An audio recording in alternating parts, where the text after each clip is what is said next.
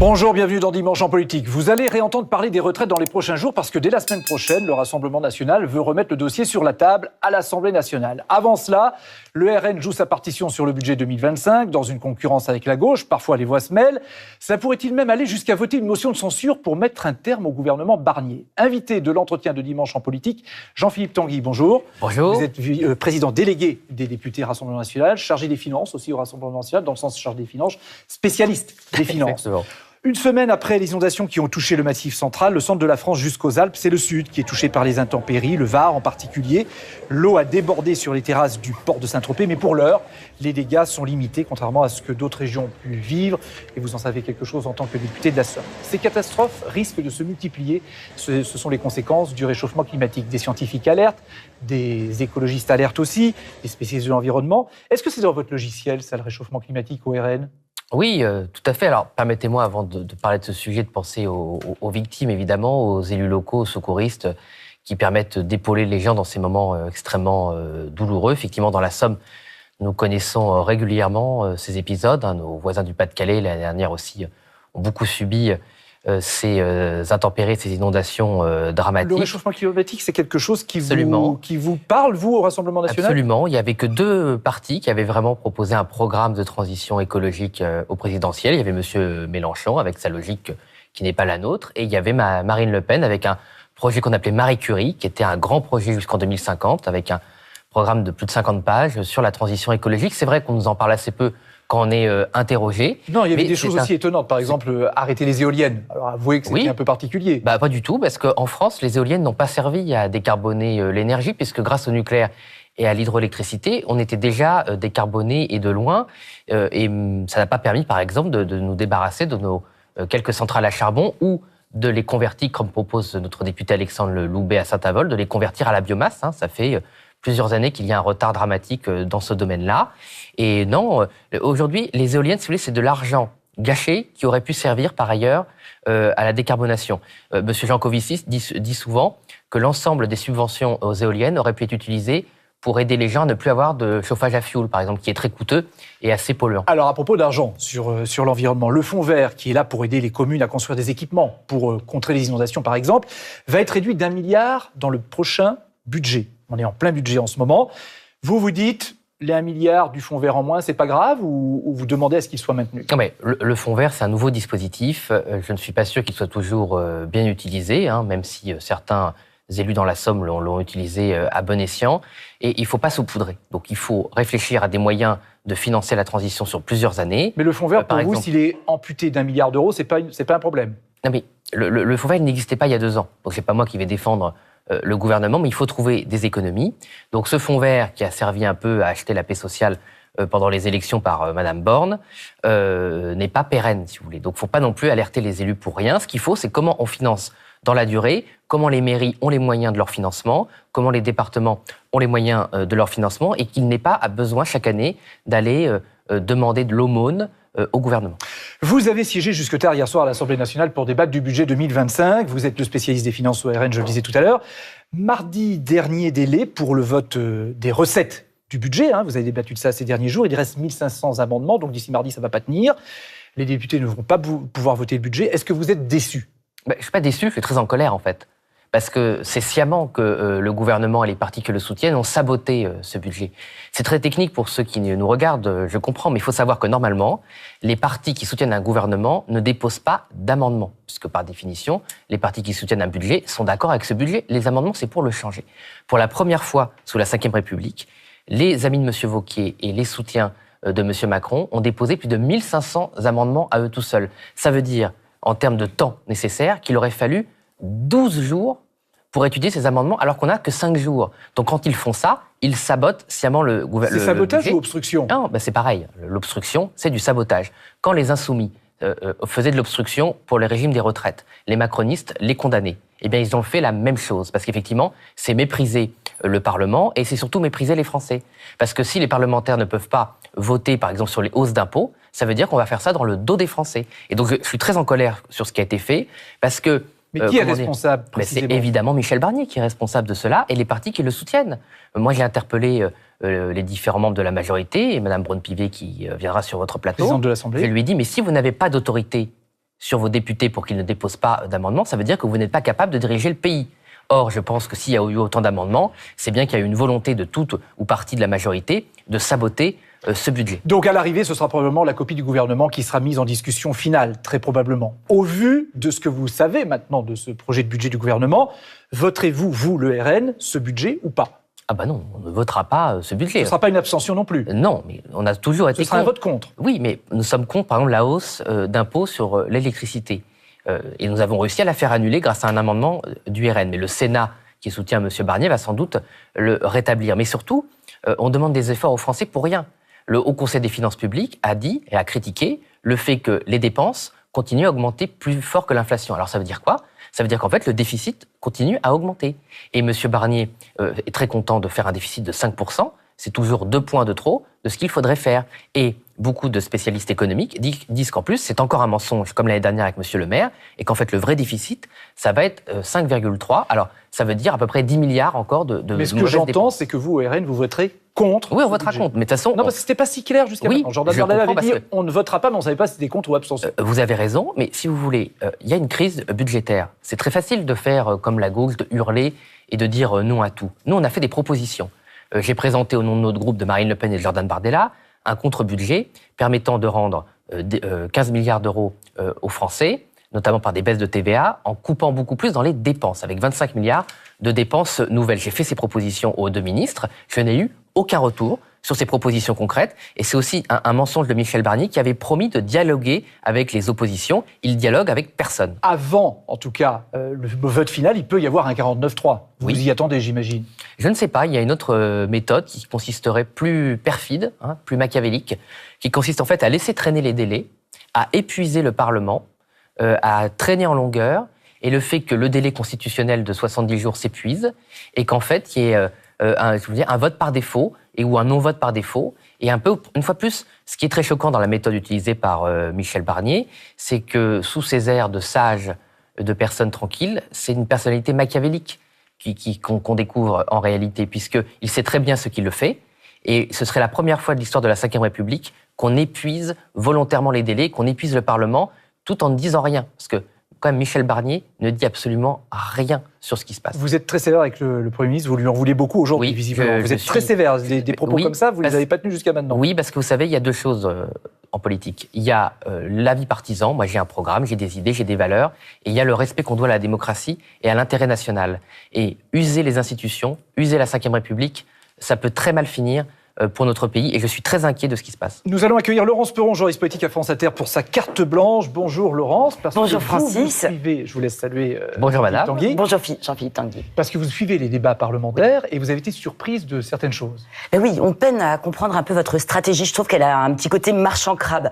Je vote avec la gauche, le NFP, pour que les entreprises qui font des profits ou les plus riches soient plus taxées. En revanche, sur le prélèvement unique forfaitaire, la flat tax, comme on l'appelle. Là, vous avez dit, pas question de taxer plus les entreprises.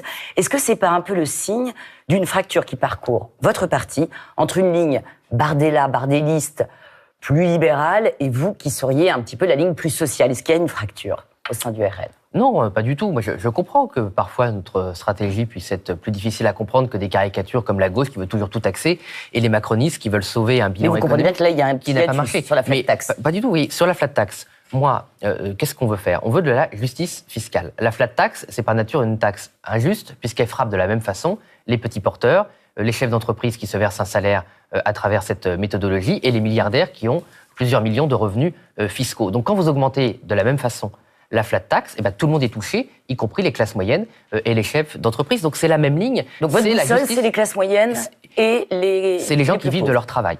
Et c'est pour ça qu'on soutient aussi des taxes, des impositions sur les plus privilégiés, parce qu'eux, ils peuvent contribuer. Mais vous savez, voilà, c'est un peu les 2 caricatures. Monsieur Macron, qui a voulu aider les privilégiés en faisant payer la facture aux plus pauvres avec les hausses de taxes sur les carburants, par exemple, et le NFP qui veulent taxer tout le monde. Alors, ils sont contents de créer 60 milliards de taxes. Moi, je ne comprends pas comment on peut être content. Alors, vous avez réussi quand même à imposer votre marque sur le débat avec l'apport de la gauche et inversement.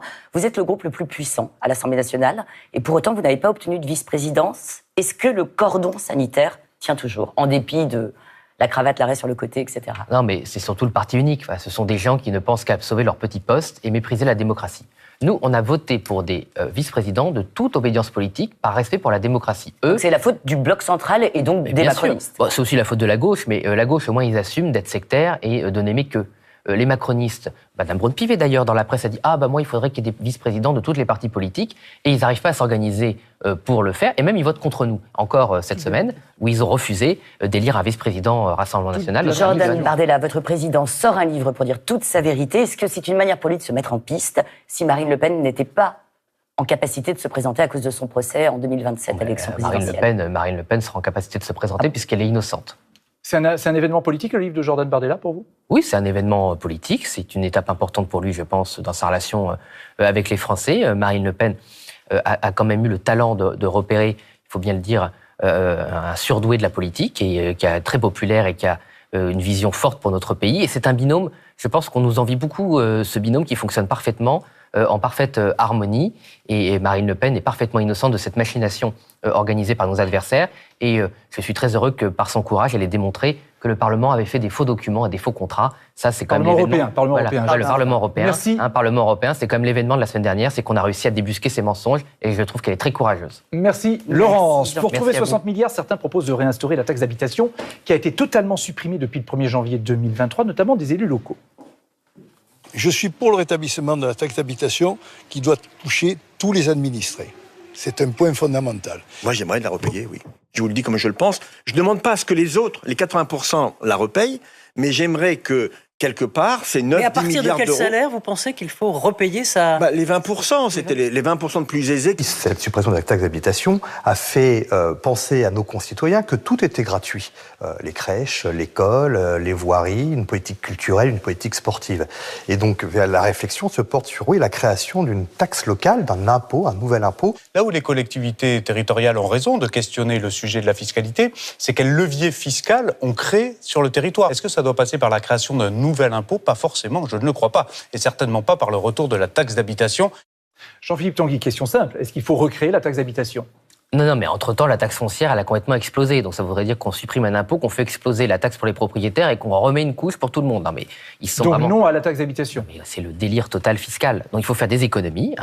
Quand la mairie de Paris dépense plusieurs centaines de millions d'euros pour faire des fermes urbaines et faire n'importe quoi, et la Société du Grand Paris qui fait des emprunts de plusieurs milliards d'euros, on ne sait même pas où va l'argent. Donc déjà qu'on fasse le ménage dans les mauvaises dépenses des grandes collectivités, des régions. Il faut peut-être interroger le millefeuille territorial. Vous savez que nous, on préférait qu'il y ait seulement 3 échelons, la commune, le département et l'État. Voilà, donc on ferait beaucoup d'économies. Mais donc, pas de retour de la taxe d'habitation, c'est hors de question, c'est bien ça? Ah mais non, mais c'est la facilité. D'accord, donc oui. Voilà, c'est non à la... vraiment la double peine. La semaine prochaine, le Rassemblement national va pouvoir défendre ses thèmes à l'Assemblée nationale grâce à votre niche parlementaire. En haut de la pile, il y a la suppression de la réforme des retraites. En commission cette semaine, la gauche a détricoté votre texte. Donc, la question qui se pose, c'est est-ce que vous allez maintenir la réforme des retraites dans le débat jeudi prochain? Oui, on maintient, et c'est Thomas Ménager qui défendra cette mesure, et j'espère qu'on arrivera à faire changer un certain nombre d'élus. C'est quand même triste que la gauche mente matin, midi et soir sur cette réforme qui fait tant de mal aux Françaises et aux Français, avec des gens qui sont fatigués après une vie de travail et qui méritent une retraite digne. Donc je trouve ça très triste comme attitude de la gauche. Vous voulez revenir à 62 ans, c'est bien ça, au lieu de 64 ans, avec 42 ans de cotisation pour avoir un taux plein. Donc quelqu'un qui partira à 62 ans n'aura pas le taux plein. Ça dépend à quel âge il a commencé à travailler. Mais c'est vrai que ce qui est le plus injuste, c'est vraiment l'âge de départ, parce que des personnes qui ont travaillé à 19, 20 ans, aujourd'hui doivent cotiser 44 ans, sauf quelques rares cas et quelques dispositifs. Donc c'est très injuste. Et moi, qui ai eu la chance de pouvoir faire des études longues, ça veut dire que je travaillerai moins qu'une aide-soignante ou qu'un ouvrier. Donc tout ça n'est pas juste. Et le Rassemblement national est très volontaire pour un système des retraites juste. Alors vous savez que ce n'est pas tout à fait la ligne du nouveau Front populaire. Vous dites que vous avez besoin des voix de la gauche pour faire passer ce retour à 62 ans. Mais ils ne sont pas tout à fait sur la même ligne sur tout, notamment là-dessus, sur la durée de cotisation, ça, etc. Comment pouvez-vous les amener sur votre ligne, puisque ce n'est pas le même programme? C'est-à-dire qu'on a choisi de simplifier. Marine Le Pen avait une réforme des retraites qui serait trop long à expliquer en quelques minutes. Et donc on a choisi non pas de proposer la réforme de Marine Le Pen, mais de revenir avant la réforme de Macron, ce qui était le dénominateur commun de toutes les forces opposées à la réforme, à cette réforme injuste des retraites. Plus petit dénominateur commun. Exactement. Mais d'ailleurs, c'est ce que les Insoumis vont proposer un mois après. Donc ils ne vont pas vouloir voter la nôtre et ils vont proposer la même un mois après. Bon, de toute façon, si la nôtre ne passe pas, on soutiendra celle de la gauche parce que ce qui compte, c'est l'intérêt des Françaises et des Français pour le Rassemblement national. Et vous pensez que celle de la gauche aurait plus de chances de passer de ce fait? Ah bon, elle passera grâce à nous, voilà. Mais c'est quand même triste qu'on perde un mois, parce qu'avec un mois, si ça part au Sénat plus tôt, et si d'autres partis au Sénat défendent cette réforme plus tôt, il y avait des gens qui pourraient peut-être partir en retraite plus tôt. Chaque mois qui passe, ce sont des gens qui vont souffrir. Alors vous avez aussi un problème dans vos rangs, je dirais, avec vos alliés, parce que vos alliés de l'UDR, d'Éric Ciotti, ne veulent pas, eux, d'un retour à 62 ans. Pourtant, vous avez fait un contrat législatif avec eux en juin et juillet dernier. C'est un coup de canif dans l'Alliance, ça, non? Non, pas du tout, parce que s'ils étaient totalement comme nous, ils seraient au Rassemblement national. Mais c'est vos alliés. Ils seraient dans notre groupe. C'est comme si au nouveau Front populaire, les gens votaient pas de la même façon. Mais ils votent pas de la même façon sur la retraite. Pas toujours, vous l'avez dit. Sur les retraites, si. Sur les retraites, si. Ah non, parce que par exemple, les socialistes, c'est la réforme Touraine, avec 43 ans de cotisation, et les Insoumis, c'est 40 ans où ils rasent gratis. Bon, il y a autant de positions à gauche différentes. Quand on a fait alliance, M. Ciotti soutenait notre réforme, puisque le Rassemblement national faisait beaucoup plus de voix. Quand il n'y a pas d'élection, M. Ciotti défend ses idées, mais c'est normal. Moi, avant, j'étais avec M. Dupont-Aignan. Il n'y a pas de drame. Non, pas du tout. Quand on soutenait Marine Le Pen avec M. Dupont-Aignan, avant que je la rejoigne, il y avait des différences avec M. Dupont-Aignan et Mme Le Pen, et ce n'était pas un problème. Ce qui compte, c'est à un moment faire un accord, et entre le moment de l'accord, on peut faire vivre ces différences. Un de vos collègues a publié une affiche avec un député, Richard Ramos, dans le Loiret, en disant « Lui, il n'a pas voté la réforme des retraites ». Est-ce que vous allez multiplier ça ? Oui, c'est une Vous l'assumez, campagne. ça? Oui, parce qu'il faut dire la vérité aux gens. C'est trop facile, si vous voulez, de faire campagne ou de faire croire qu'on est contre la réforme des retraites. Donc ce genre d'affiche va se multiplier? Oui, parce que M. Ramos, effectivement, il avait beaucoup critiqué la réforme de M. Macron, puis à la fin, il l'avait laissé passer. Donc c'est très facile de faire le tour des plateaux de télé et puis de dire qu'on est d'accord avec tout le monde, et puis à la fin, faire l'inverse, et il y a des gens qui payent. Parce qu'à la fin, ce sont les classes moyennes et les classes populaires qui paient les erreurs des politiques. Merci Jean-Philippe Tanguy d'avoir accepté notre invitation dans Dimanche en politique à retrouver sur le site ou l'application France TV, rubrique magazine, et sur la plateforme France Info. Dimanche en politique se poursuit.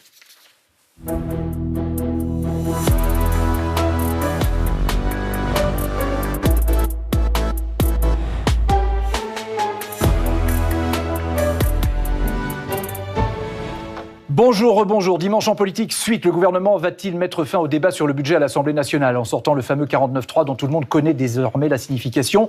Ces derniers jours, les députés de gauche ont fait passer des amendements pour renforcer les impôts sur les plus riches, sous le regard des députés macronistes et de droite, qui ne sont pas assez nombreux pour s'y opposer, et sous l'œil inamovible de la présidente de l'Assemblée nationale, Yaël Braun-Pivet, qui a gardé sa place au perchoir après les élections et qui est invitée de Dimanche en politique. Bonjour. Bonjour. Merci d'être avec nous aujourd'hui après une nuit courte, puisque les débats se sont terminés tard. On va en reparler tout à l'heure. Ça fait un an aujourd'hui qu'Israël mène la guerre contre le Hamas à Gaza en riposte à l'attaque du 7 octobre. Depuis, l'armée israélienne a élargi le front au Liban en ciblant le Hezbollah. À Gaza, le ministère de la Santé fait état de 43 000 morts. Au Liban, 1600 personnes ont été tuées. Les appels au cessez-le-feu se multiplient et sont de plus en plus présents, qu'ils viennent des États-Unis ou de la France. D'autant qu'Israël a ouvert un nouveau front avec l'Iran. Pendant ce temps, 97 Israéliens sont toujours otages à Gaza. Un tiers d'entre eux seraient d'ailleurs morts, selon l'armée israélienne. Yaël Braun-Pivet, il y a un an, vous déclariez à l'Assemblée nationale le droit inconditionnel d'Israël à se défendre. Et puis vous aviez dit un peu plus tard que ce n'était pas un soutien à Benyamin Netanyahou et qu'il fallait protéger la population civile. Un an après, est-ce que vous avez l'impression qu'on y est ? Toujours pas, parce que la guerre continue. Il y a, et vous venez de le dire, près d'une centaine de personnes qui sont encore otages à Gaza un an après avoir été enlevées dans des conditions dantesques. On voit que les populations civiles sont très durement éprouvées de part et d'autre. Et donc, on espère tous, et on doit tous œuvrer pour qu'il y ait enfin un apaisement, un cessez-le-feu et la capacité pour chacun de vivre en sécurité dans cette région. Emmanuel Macron, d'ailleurs, appelle régulièrement à un cessez-le-feu à Gaza et au Liban. Vous partagez cette position? Ça doit être sur tous les fronts, le cessez-le-feu? Ça doit être sur tous les fronts, mais ça doit être aussi sur le territoire israélien. Chacun, dans cette région, chacun aspire à vivre en sécurité, à être reconnu par l'autre. Et aujourd'hui, il faut que les Palestiniens puissent avoir un État qui soit reconnu par tous, par la communauté internationale et par Israël, mais il faut aussi qu'Israël ait la capacité de continuer à avoir son État et d'y vivre en sécurité. Et on voit que ce qui s'était passé le 7 octobre, ce qui s'est passé récemment avec les attaques iraniennes, ce qui se passe avec les attaques du Hezbollah en provenance du Liban, ne permet pas d'assurer la sécurité d'Israël. Donc il faut œuvrer à une solution globale, faire en sorte que chacun puisse vivre en sécurité et en paix dans cette région. Il ne s'agit pas de voir l'un ou l'autre, c'est l'un et l'autre. Et nous devons, les Français et les autres, œuvrer pour cette solution-là. Le Premier ministre israélien Benjamin Netanyahou dit qu'il est dans une guerre de civilisation. Et lors de la conférence sur le Liban, Emmanuel Macron a dit « Je ne suis pas sûr, à destination du Premier ministre israélien, qu'on défende une civilisation en semant soi-même la barbarie. » Le Conseil représentatif des institutions juives de France s'est dit scandalisé par ces propos. Et vous ? J'avoue que je n'ai pas compris cette phrase. Je ne sais pas à quoi le président de la République fait allusion. Nous avons une démocratie. Au propos de Benjamin Netanyahou. Oui, mais j'avoue que je ne partagez pas, en fait. Je ne partage pas et je ne la comprends surtout pas, avant de ne pas la partager. Ça vous choque aussi? Non, je la comprends pas et je pense que on est dans une situation extrêmement complexe et je pense que chacun doit faire le maximum d'efforts pour réussir à trouver une solution, que ce soit une solution diplomatique. Je sais que le président de la République y contribue. Donc en fait, moi je vous avoue que les petites phrases des uns et des autres, je ne pense pas qu'elles servent à avancer sur ce sujet. Alors, des uns et des autres, c'est le président de la République là, hein. C'est plus que les uns et les autres. Et c'est aussi celle du Premier ministre israélien, c'est celle de... Vous voyez, en fait...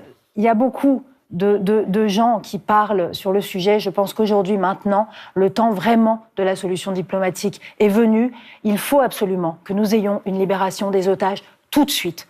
Et il faut, après, que l'on puisse entamer un processus qui permettra d'assurer la sécurité et la paix dans cette région de notre monde. Il était minuit hier quand les députés ont mis fin à une semaine de débat sur le budget 2025. Partie recette, mais le chantier reste en plan, faute de temps pour voter. Quelle va être la suite? Soit le gouvernement accélère, soit il laisse continuer les débats. Ça va être un vrai test politique. Gardienne du temple de la loi et de son territoire, celle qui a connu des majorités absolues, relatives, à présent des minorités, s'agace d'un gouvernement qui joue la montre sur le budget.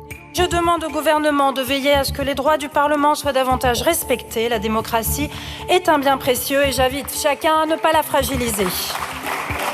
En face, imperturbable, mais pour l'instant impuissant, le Premier ministre déroule sa méthode. On ne va pas caporaliser tout le monde. Nous sommes dans un moment où chacun prend ses responsabilités. Moi, je prends les miennes. Mais aujourd'hui, au moment où je vous parle, ma responsabilité est de dire je veux laisser le débat se poursuivre. Et le débat, justement, un peu confus dans l'hémicycle, peut se résumer à cette question. Qui soutient qui ? Vous êtes 18 députés ce soir pour soutenir ce budget. Et moi, je vous le dis, s'il n'y avait pas les 60, 80 ou 100 députés RN et UDR ce soir, la France s'écroulerait sous les taxman que sont les députés d'extrême gauche. Vous êtes minoritaires, vos soutiens ne sont pas là. Les seuls qui sont en train de soutenir votre gouvernement, c'est le groupe Rassemblement National qui est ici et qui joue comme d'habitude votre assurance vie. Chacun choisit sa cible, mais tout le monde s'entend pour fragiliser le gouvernement. Il n'y a plus que M. Darmanin qui reste pour vous soutenir. Alors c'est un soutien de poids, c'est vrai, mais enfin quand même... Moquer le socle central où les bancs sont clairsemés quand les ténors LR viennent à la rescousse. Dépensez moins le matin, dépensez moins à midi, dépensez moins le soir. 60 milliards, une potion amère sans consensus et sur laquelle planent des menaces. Il n'est évidemment pas trop tard pour revoir votre copie.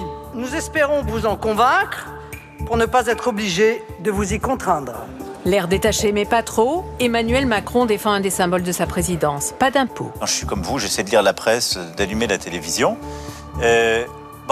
Tout ça, c'est pas possible si on monte les impôts, on monte le coût du travail et qu'on pense qu'on règle les problèmes de déficit public. Autre symbole à l'Assemblée, des femmes pour diriger les débats et tenir l'hémicycle sous le regard d'une présidente qui connaît déjà bien les ficelles du pouvoir. Il est minuit, la séance est levée. Concernant le projet de loi de finances, il appartiendra au gouvernement de déterminer les conditions dans lesquelles la suite de l'examen de la première partie sera inscrite à l'ordre du jour. Et le Bolpier, c'était donc hier soir à minuit. Tout à fait. L'avenir du budget dépend donc totalement du gouvernement. Du gouvernement et du Parlement et de la capacité qu'auront les uns et les autres à s'entendre, à trouver des compromis. J'avoue qu'effectivement, moi qui ai présidé hier toute la journée de 9h du matin à minuit, je n'ai pas beaucoup vu de volonté d'aller au compromis de part et d'autre. De part et d'autre, c'est-à-dire ? De part et d'autre. Du gouvernement ?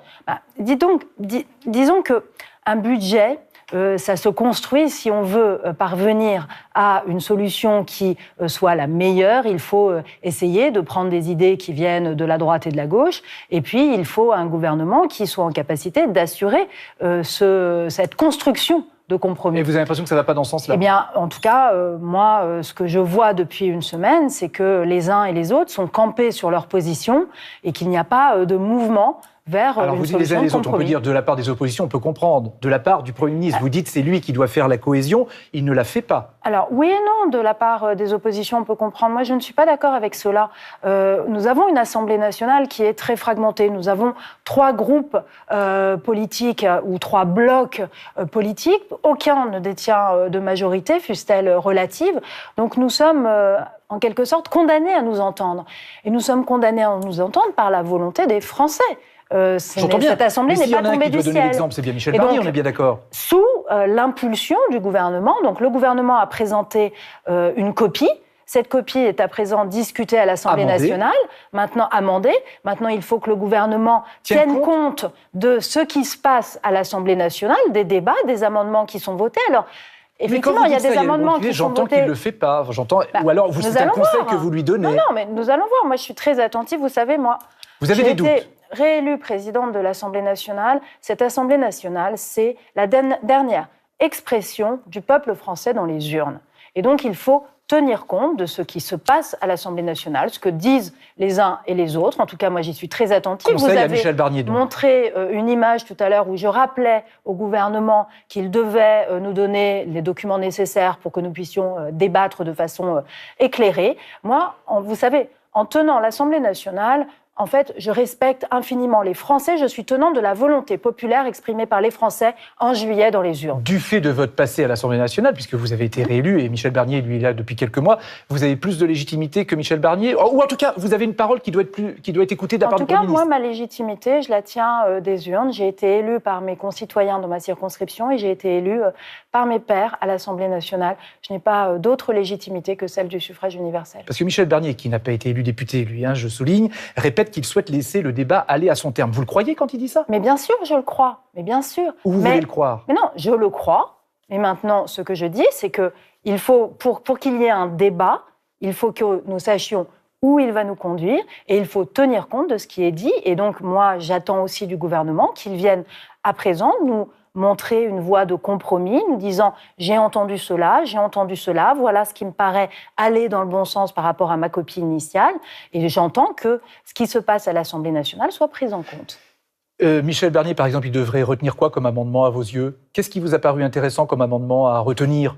Par exemple, nous avons voté le rétablissement de la demi-part fiscale pour les veuves. C'est quelque chose qui est réclamé depuis longtemps. C'est un élément de justice sociale. Eh bien, par exemple, cela me paraît être quelque chose qui devrait être retenu par le gouvernement. Et la surtaxation des superdividendes? Après, moi, j'ai toujours plaidé pour plus de justice fiscale. Donc là, nous avons eu un certain nombre de taxes ou d'impôts qui ont été votés. Et donc, il faut regarder cela dans son ensemble pour avoir une cohérence. Mais super profit, rachat d'actions, avoir davantage de justice fiscale, moi, j'ai toujours été favorable à cela. Parce que lorsqu'on demande un effort aux Français, il faut que cet effort soit partagé par tous. Maintenant, ça ne veut pas dire qu'il faut que ce soit la foire à la saucisse des taxes. On a vu pendant la semaine à l'Assemblée nationale qu'il y a près de 60 milliards d'impôts ou de taxes qui ont été votés. Je pense que c'est extrêmement dommageable. Et donc, il faut avoir maintenant la vision d'ensemble. Cette vision d'ensemble, seul, finalement, le gouvernement peut l'avoir et nous dire ce qu'il va retenir, ce qu'il ne va pas retenir, mais en tout cas, il faut que les débats à l'Assemblée nationale soient utiles. Autrement, l'Assemblée nationale ne sert à rien. Or, les Français n'ont pas exprimé ça dans les urnes en juillet. Vous êtes optimiste sur le fait que le 49.3 pourrait ne pas être utilisé? Écoutez, on verra quel est le choix du gouvernement. Ce serait un vrai changement par rapport à ce qu'on a vécu. Je suis très respectueuse des pouvoirs des uns et des autres. Le gouvernement est libre d'utiliser les instruments constitutionnels qui sont à sa disposition. Donc le 49.3 en est un. Le 49.3, c'est dire voilà ce que nous retenons des débats et nous souhaitons avancer pour que nous puissions examiner la partie dépenses. J'entends, mais ça ne peut pas être donc que la copie du gouvernement, rien que la copie du gouvernement. Bien sûr que non. Bien sûr que non. Le gouvernement doit tenir compte des débats à l'Assemblée nationale. À nouveau, à l'Assemblée nationale siègent les représentants du peuple élus en juillet dernier. La commission des finances présidée par Éric Coquerel de la France Insoumise va mener une enquête sur les raisons du déficit de la France. Vous souhaitez qu'elle aille jusqu'au bout, même s'il faut entendre des ministres ? Non, mais bien sûr, moi j'ai été favorable dès l'origine. Pas obstacle. Mais j'ai été favorable dès l'origine, dès que le président Éric Coquerel a fait mention de cette idée. Nous avons eu un échange téléphonique et je lui ai dit que effectivement, il fallait éclaircir cela. Pourquoi ? Parce que lorsqu'on parle du budget et des finances de notre pays, il faut quand même savoir de quoi on parle. Et donc, si les chiffres sur lesquels nous basons notre politique ne sont pas les bons, dévient, varient de façon mais c'est les responsabilités que veut aussi voir. Il faudra regarder tout cela. Y compris les responsables. Mais c'est l'objet, c'est l'activité, vous savez, du Parlement. Le Parlement, le Parlement vote la loi, mais contrôle l'action du gouvernement. C'est la mission constitutionnelle qui est dévolue au Parlement. Mais attendez, vous ne pouvez pas critiquer le fait que le Parlement exerce la mission que la Constitution lui dévoie. C'est juste le strict respect de nos règles de la séparation des pouvoirs. Nous retrouvons Laurence Perron, juriste politique à France Inter, pour sa carte blanche avec vous, Yaël Braun-Pivet. Rebonjour Laurence. Rebonjour. Bonjour. Bonjour. Je vous entendais parler de foire à la saucisse concernant les milliards qui ont été décidés par les députés, mais par aussi des députés du MoDem qui sont censés faire partie du bloc commun. Est-ce que ce bloc commun, ce socle, il y a le socle commun, il y a le bloc central, on ne sait plus comment l'appeler, parce qu'on ne peut plus dire la majorité présidentielle, vu qu'elle n'existe pas. Est-ce que ça existe encore ? En tout cas, ce socle commun. Ce qui est sûr, c'est qu'on est en phase d'apprentissage d'une nouvelle façon de fonctionner. Moi, j'ai toujours appelé à ce que l'on fonctionne sur un mode davantage de coalition, où on construit ensemble en prenant les idées d'où qu'elles viennent. Et donc c'est ce qui s'est passé finalement à l'Assemblée nationale. Engagée. Mais maintenant, il faut avoir cette vision d'ensemble. Un budget, il faut regarder la globalité des choses. C'est vrai qu'aujourd'hui, à l'Assemblée nationale, on fonctionne par petits bouts. Et donc, c'est ça qui est dommageable. Maintenant, le MoDem a des sujets qu'il porte depuis longtemps. Moi, je reconnais sur la taxation des revenus, des super-profits, etc. Moi, vous savez, la première chose que je trouve importante en politique, c'est la cohérence et le fait qu'on porte ses convictions. Donc, je ne reprocherai jamais à un groupe politique ou à un député de porter ses convictions à l'Assemblée nationale. Est-ce qu'en revanche, vous reprochez à Gabriel Attal, d'une certaine manière, de ne pas tenir ses troupes ? On a vu ces bancs désertés par les députés. On a l'impression qu'il y a même une stratégie des députés macronistes de ne pas assister à ce budget qui les dépasse complètement. Vous savez, les élus de la nation ne sont pas des troupes caporalisées, ce sont des personnes qui sont au sein du suffrage universel. Et donc, elles ne soient pas là ? Moi, je comprends en tout cas qu'un député est libre de son vote, libre de son activité. Et libre de ne pas être présent. Mais ça, c'est toujours la même chose. C'est l'image d'un député qui n'est pas dans l'hémicycle, n'est pas au travail. Un député travaille. J'ai beaucoup de députés qui, en ce moment... Les députés du RN étaient là, les députés de la gauche étaient là. J'ai des députés qui, en ce moment, ne sont pas dans l'hémicycle parce qu'ils sont simplement en commission des affaires sociales. C'est pas qu'il y avait une volonté de leur part de ne pas assister au massacre de la politique de l'offre. Il n'y a pas de volonté particulière. Et en tout cas, ce qui est sûr, c'est qu'il faut préserver cette politique de l'offre parce que c'est elle qui a créé 2 millions d'emplois sur notre territoire. Ce que défend aussi Michel Barnier, on a quand même le sentiment que vous ne lui faites pas véritablement confiance. Vous disiez, sur la méthode, par exemple, vous avez des réserves. Mais j'ai toujours dit que moi, en tant que présidente de l'Assemblée nationale, dans un contexte de fragmentation de notre hémicycle, j'étais avant tout gardienne de l'institution, gardienne de la volonté exprimée par les Français dans les urnes en juillet. Donc ma priorité, c'est de faire en sorte que l'institution Assemblée nationale joue son rôle et qu'elle puisse fonctionner correctement. Et que le gouvernement soit aussi...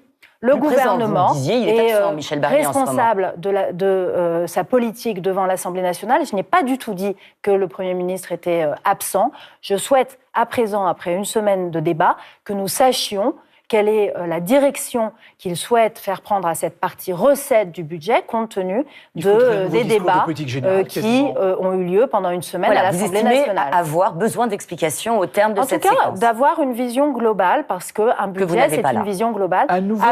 Après une semaine de débat dans l'hémicycle, j'avoue que tout le monde a du mal à voir la vision globale. Le Premier ministre n'en est absolument pas responsable, mais on a eu des taxes et des impôts votés dans tous les sens. Et ça n'est pas l'objectif affirmé par le Premier ministre ni par moi-même. Alors, le parti dont vous êtes issu, Renaissance, va décider d'un nouveau chef bientôt. Gabriel Attal, l'ancien Premier ministre, et Elisabeth Borne, ancienne Première ministre aussi, sont concurrents. Vers où va votre faveur? Alors moi, ma faveur va dans un parti qui fonctionne, qui produit des idées, qui remobilise les citoyens et qui nous donne une perspective. Je n'en dirai pas plus, je ne m'engagerai pas ni derrière l'un, ni derrière l'autre, parce que justement, moi je veux un parti qui avance uni. Donc ce que j'espère, et je les invite à le faire, c'est de réussir à se mettre d'accord pour qu'il n'y ait pas de guerre fratricide qui serait très négative par rapport aux objectifs que je viens de donner. Moi, je souhaite que notre parti retrouve du dynamisme, produise des idées et une vision pour notre pays. Est-ce que si Gabriel Attal, qui est aujourd'hui le patron des députés de votre parti, est élu, est-ce qu'il peut rester patron des députés EPR, Ensemble pour la République? Tout à l'heure, je disais qu'en politique, moi, je tiens beaucoup à la cohérence. Je suis cohérente avec moi-même, je suis contre le cumul. Je suis contre le cumul des mandats. Je ne veux pas revenir sur les députés maires. Je suis contre le cumul dans le temps. Je pense qu'au bout de 3 mandats, il faut cesser l'exercice de ce mandat pour peut-être en briguer un autre ou quitter la politique et retourner à la vie Gabriel civile. Attal élu. Et je suis contre le cumul de fonctions entre un chef de groupe et un chef de parti, contre le cumul à tous les étages. Dernière question. Vous êtes favorable à la proportionnelle. Est-ce que vous souhaitez, en cas de dissolution, qui pourrait arriver, aujourd'hui ça n'est plus exclu, que la future Assemblée soit élue à la proportionnelle et qu'il faille faire absolument cette réforme de manière urgente? Moi, je pense qu'il faut que nous allions vers la proportionnelle. Moi, je propose un système mixte avec une partie élue au scrutin majoritaire, une autre partie élue à la proportionnelle. L'objectif, c'est de mieux représenter les Français, mais surtout de créer cette culture de coalition et du compromis. Moi, je n'en peux plus de ces affrontements binaires entre les uns et les autres, où il faut systématiquement dire que ce que l'on a fait, c'est la pire des choses, qu'on va faire exactement l'inverse, qu'on va consacrer son temps à défaire ce qui a été fait. Ça n'est plus possible. C'est un peu ce qui s'est passé au Parlement, finalement. C'est ce que l'on voit en ce moment. Moi, j'ai présidé toute la journée. On n'est pas dans des affrontements binaires. Des affrontements de bloc contre bloc. Les Français des alliances aussi. en ont marre. La question à l'origine, c'est est-ce que les prochains députés doivent être élus à la proportionnelle? Bien, je réponds oui, parce que c'est urgent. Je pense que la proportionnelle, non seulement a cet effet bénéfique d'avoir une meilleure représentation des citoyens, avant la fin de l'année, mais aussi induit une culture du compromis, une culture politique qui est différente de celle du scrutin majoritaire. Vous demandez à Michel Barnier de le faire urgemment. Je ne demande rien à Michel Barnier à cet égard. Le Parlement est grand. Il peut s'occuper lui-même de ce sujet. Nous avons la capacité d'avoir des initiatives législatives. Nous pouvons en discuter. Moi, j'en discute avec les présidents de groupe. Vous savez, je n'ai pas l'habitude de demander les choses. C'est de la même façon pour un certain nombre de textes. On en parlera peut-être tout à l'heure. Moi, depuis septembre, je plaide pour qu'on discute à nouveau de la loi de programmation agricole. Je plaide pour qu'on discute de la fin de vie. Le Parlement doit pouvoir discuter de ces sujets et de discuter de la proportionnelle aussi sans avoir demandé l'autorisation à quiconque. Ce que disait Laurence, c'est qu'en cas de dissolution, là, en juillet prochain, il faut que les prochains soient élus à la proportionnelle, très clairement. Alors moi, je ne me place pas dans cette perspective d'une dissolution dans les mois qui viennent. Mais la prochaine Assemblée devrait être élue comme ça.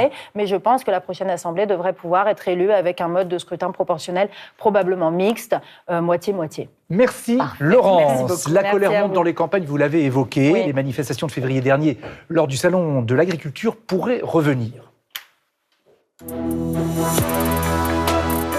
On a mis des pendus parce que l'agriculture se meurt. Tous les jours, il y a des exploitants qui arrêtent et malheureusement, il y en a aussi qui se suicident. Les annonces qui ont été faites à l'automne dernier, l'hiver dernier, on n'en voit toujours pas le bout. Et donc aujourd'hui, c'est pour dire au préfet, attention, on est encore là. Et qui ne nous oublie pas. Le peu d'argent qui rentre, je vois ce que je peux payer ou pas. Si je vois que les factures cumulent trop, il faudra prendre la décision décisive et tout arrêter, ça c'est sûr. On n'en peut plus, quoi. Moi, je me tire 300 € de salaire chaque mois. On n'arrive plus à vivre. L'élément nouveau et le catalyseur, c'est ce retour de l'incohérence européenne. Finalement, on va finir par signer le Mercosur en Europe et qu'on est même prêt à dédommager les agriculteurs français. On importe qui viennent de l'étranger. Les règles ne sont pas les mêmes. Déjà, on ne joue pas à armes égales, c'est sûr. On a manifesté depuis presque un an par rapport à ça. L'Europe avait dit ton tact, on va attendre pour le moment, sauf que là, on s'aperçoit qu'ils ont recommencé les négociations. Face à cette situation, des réponses fortes sont attendues car nos agriculteurs perdent confiance dans la parole publique, quel que soit le groupe qui la porte. Tous les engagements qui ont été pris auprès des agriculteurs l'an dernier sont tenus dans le budget, le PLF 2025. Oui, mesdames et messieurs. Il y a aussi le projet de loi d'orientation agricole et cette loi, elle est pour l'instant statu quo. Elle est restée au niveau du Sénat, on n'entend plus parler. Oui, il y a une bonne pivée, ça monte dans les campagnes. Et vous y étiez sur le terrain à l'époque, notamment. Mais j'y suis toujours. Moi, j'ai fait ma rentrée politique à la foire de Châlons fin août. J'ai rencontré les agriculteurs, le président de la FNSEA, et j'ai plaidé dès le mois de septembre pour qu'on reprenne l'examen de cette loi d'orientation agricole en session extraordinaire. Donc vous voyez, je suis très cohérente, très attentive à ce qui se passe dans nos campagnes. Et je regrette que le gouvernement ait fait le choix d'examiner cette loi d'orientation agricole uniquement en début d'année 2025. Je crois que c'est urgent. Alors, là où la ministre de l'Agriculture a totalement raison, et on le retrouve dans le budget, c'est que les engagements financiers pris par le gouvernement sont tenus. Ils apparaissent dans le projet de loi de finances et dans le projet de loi de financement de la sécurité sociale. Mais ce que nous disent les agriculteurs, c'est qu'il y a bien d'autres sujets à mettre sur la table, qu'il faut faire vite. C'était ce qu'avait fait Marc Fesneau avec cette loi d'orientation agricole qui a été votée à l'Assemblée nationale avant la dissolution. Elle est en navette, allons-y. Moi, je les comprends, j'ai été les rencontrer, j'ai été sur les barrages, je vais dans les exploitations. Il faut absolument qu'on soit à leur côté. L'autre préoccupation, vous avez vu, c'est la crainte que la Commission européenne ne signe le Mercosur, l'accord d'échange entre l'Union européenne et plusieurs pays d'Amérique du Sud, notamment Argentine, Brésil. Quand on entend ça, on voit ce que ça veut dire. Les députés se sont très majoritairement exprimés contre. La France doit faire barrage à cette signature ? Autant que faire se peut, oui. Il faut pas être contre, par principe, les accords de commerce dans le monde. On est dans un monde ouvert et bien souvent, nos agriculteurs y gagnent en exportant un certain nombre de produits. Mais le Mercosur, pour l'instant, non. Il faut que ça soit fait dans des conditions équitables. Équitable, ça veut dire que les façons de produire soient comparables d'un côté et de l'autre et que les normes que l'on impose à nos producteurs, à nos agriculteurs, soient équivalentes de l'autre côté de l'Atlantique. J'aurais vous parler de la Nouvelle-Calédonie, parce que vous allez vous y rendre du 9 au 14 novembre pour une mission de concertation avec le président du Sénat, Gérard Larcher, après les émeutes qui ont éclaté en mai 2024, en mai dernier, qui ont fait 13 morts. L'économie souffre, des milliers d'emplois ont été supprimés, notamment dans le nickel, qui est important en Nouvelle-Calédonie. Tout est parti du projet de révision du corps électoral pour les prochaines élections provinciales, qui a été suspendu par Emmanuel Macron au moment des législatives. Tout ça aurait pu être évité, en fait. Vous savez, c'est facile de refaire l'histoire Il y a eu l'entêtement, après coup. Ce qui est sûr, c'est que depuis la fin des accords de Nouméa et de Matignon, depuis le 3e référendum, la 3e consultation, on n'a pas réussi à trouver le chemin pour vivre en paix en Nouvelle-Calédonie et de façon apaisée. Alors, c'est quoi la priorité de votre mission ? C'est ça qu'il faut réussir à retrouver. Donc la priorité de notre mission, déjà avec le président du Sénat, c'est de manifester l'attention entière du Parlement par notre présence, d'être aux côtés des Calédoniens qui ont beaucoup souffert avec cette crise, et on voit le pays qui s'enfonce dans une crise économique, dans une crise sociale.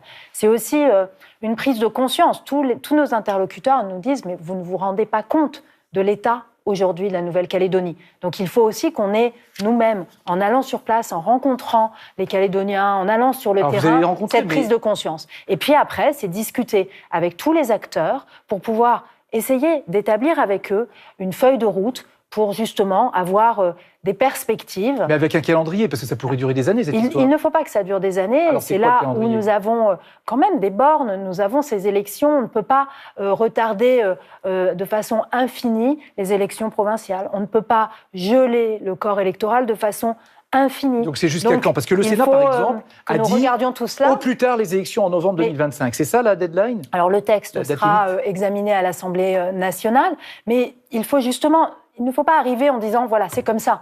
Ça marche pas. Non, mais novembre 2025, Donc, c'est le président maximum. du Sénat et moi-même, nous serons à l'écoute, dans le dialogue, et nous espérons, avec tous, réussir à proposer quelque chose, mais c'est ensemble. C'est un an. Un an, c'est long. Hein. Bien, c'est long. Moi, je pense qu'il faut aller plus rapidement, parce que la Nouvelle-Calédonie attend. Il y a une urgence. Il y a des milliers de personnes qui sont au chômage. Il y a des problèmes d'accès aux soins. Il y a des problèmes d'alimentation. Contre qui, à Emmanuel Macron ou à Michel Barnier? Alors, à nos parlements respectifs, puisque au Sénat, comme à l'Assemblée, nous avons des groupes de contact sur la Nouvelle-Calédonie qui existent depuis longtemps. Et puis, nous en rendrons compte au président de la République et au Premier ministre. Les deux. Les deux ensemble. Ça nous paraît important, mais c'est une mission totalement indépendante et libre. C'est ce que je crois est attendu sur place. Merci Yaël Braun-Pivet d'avoir accepté notre invitation dans Dimanche en politique.